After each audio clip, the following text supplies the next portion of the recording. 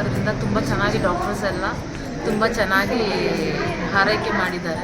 ಅವ್ರಿಗೆ ಕೈ ನೋವಿಗೆ ಮತ್ತು ಕಣ್ಣು ನೋವಿಂದ ಅವರಿಗೆ ತುಂಬ ಮೆಡಿಸಿನ್ಸ್ ಎಲ್ಲ ಕೊಟ್ಟು ತುಂಬ ಚೆನ್ನಾಗಿ ಟ್ರೀಟ್ ಮಾಡಿದ್ದಾರೆ. ಹಾಗಾಗಿ ಅವರಿಗೆ ಧನ್ಯವಾದಗಳನ್ನು ಹೇಳ್ತೀನಿ.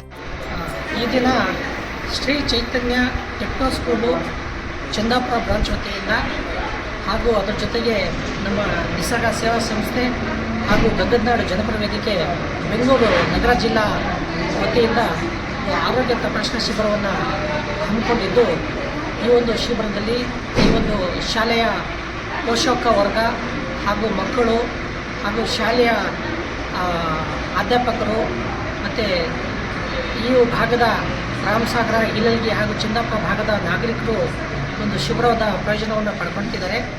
ಇದ್ರ ಜೊತೆಯಲ್ಲಿ ನಮಗೆ ಈ ದಿನ ಹಿಮೋಕೇರ್ ಬ್ಲಡ್ ಬ್ಯಾಂಕ್ ವತಿಯಿಂದ ರಕ್ತದಾನ ಶಿಬಿರ ಕೂಡ ಹಮ್ಮಿಕೊಂಡಿದ್ದು, ಶಾಲೆಯಲ್ಲಿ ಇರುವಂಥ ಟೀಚರ್ಸ್ಗಳು ಹಾಗೂ ಪೋಷಕರು ರಕ್ತದಾನವನ್ನು ಕೂಡ ಮಾಡಿದ್ದಾರೆ. ಈ ಒಂದು ಶಿಬಿರ ಈ ಒಂದು ಭಾಗದ ಜನರಿಗೆ ಈ ಒಂದು ಬೇಸಿಗೆಯ ತಾಪಮಾನದಲ್ಲಿ BP ಮತ್ತು ಶುಗರು ವ್ಯತ್ಯಾಸಗಳಾಗ್ತಿರುವಂಥ ಕಾರಣಕ್ಕೆ ಮತ್ತು ಪೋಷಕರಿಗೂ ಕೂಡ ಫ್ರೀಯಾಗಿರ್ತಾರೆ. ಈ ಟೈಮಲ್ಲಿ ಎಲ್ರಿಗೂ ಕೂಡ ಆರೋಗ್ಯದ ಒಂದು ಸೇವೆಯನ್ನು ಪಡ್ಕೊಳ್ಳಿ ಅಂತ ಶಾಲಾ ಆಡಳಿತ ಮಂಡಳಿ ನಮ್ಮ ಜೊತೆ ಸಂಪರ್ಕವನ್ನು ಮಾಡಿ ನಮ್ಮ ನಗರ ಜಿಲ್ಲಾ ಉಪಾಧ್ಯಕ್ಷರಾಗಿರುವಂಥ ಸದಾಶಿವ ಅವರ ಒಂದು ಸಹಕಾರದಲ್ಲಿ ಈ ಒಂದು ಶಿಬಿರವನ್ನು ಆಯೋಜನೆ ಮಾಡಿದ್ವಿ.